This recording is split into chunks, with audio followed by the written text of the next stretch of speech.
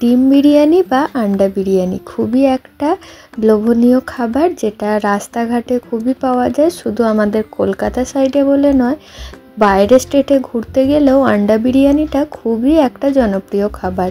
তবে সব জায়গার টেস্ট সমান হয় না। ট্রেনের বিরিয়ানি তো একদমই খাওয়া যায় না।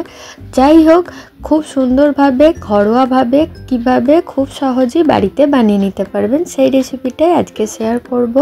প্রথমে সাদা তেলের মধ্যে একটু বেরেস্তা তৈরি করে নিলাম, তারপরে ডিমগুলো ভেজে নিচ্ছি। ডিমের গাগুলো আমি রিং রিং করে কেটে নিয়েছি, আপনারা চাইলে লম্বা লম্বিও কেটে নিতে পারেন। ডিম ভাজা হয়ে গেলে এবার এর মধ্যে দিয়ে দিচ্ছি কিছু গোটা গরম মশলা, লবঙ্গ, এলাচ, দারচিনি আর সামান্য একটুখানি স্টার অ্যানিস বা স্টার ফুল যেটাই বলেন না কেন, আর একটুখানি দিয়ে দিলাম গোটা জিরে। এবার পেঁয়াজ দিয়ে খুব ভালোভাবে ভেজে নেব। পেঁয়াজটা একদম চোয়া চোয়া পোড়া পোড়া ভাজা নয়, হালকা হালকা ভাজবো।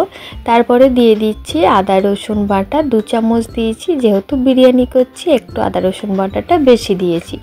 এই মশলাটাও কষানো হয়ে গেলে দিয়ে দিচ্ছি গুঁড়ো মশলা, সামান্য একটু হলুদ গুঁড়ো, জিরে গুঁড়ো, 1 চামচ ভরে ধনে গুঁড়ো, সামান্য একটুখানি গরম মশলা আর কাশ্মীরি লঙ্কার গুঁড়ো।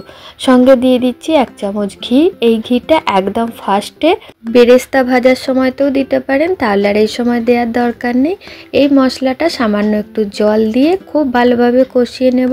যখন একদম তেল ছেড়ে আসবে তখন দিয়ে দেব গোবিন্দভোগ চালটা আমি ভিজিয়ে রেখেছিলাম, রান্নার শুরুতেই ভিজিয়ে দিয়েছিলাম। এবার এই চালটা খুব ভালোভাবে ভেজে নেব। চালটা একদম একটা ট্রান্সপারেন্ট কালার চলে আসবে, সেই স্টেজ অবধি ভেজে নেব। এবার চালের পরিমাণের ডবল পরিমাণ জল দিতে হবে। আমি এখানে গরম জল দিয়েছি, অনেকেই আবার ঠান্ডা জলও দিয়ে দেয়। যাই হোক, জল দেওয়ার পরে নুনটা চেখে নিতে হবে। আর দিয়ে দিচ্ছি সামান্য একটু গরম মশলা, আর সঙ্গে অল্প করে চিনিও দিতে পারেন। আমি যেহেতু বিরিয়ানির মতো করে করছি তাই জন্য আর চিনি দিইনি। এবার ঢাকা দিয়ে কিছুক্ষণের জন্য রেখে দিতে হবে। এটা হতে একদমই বেশিক্ষণ সময় লাগে না। ঠিক এই স্টেজে যখন আসবে তখন ভাতটা সেদ্ধ হয়ে গেছে।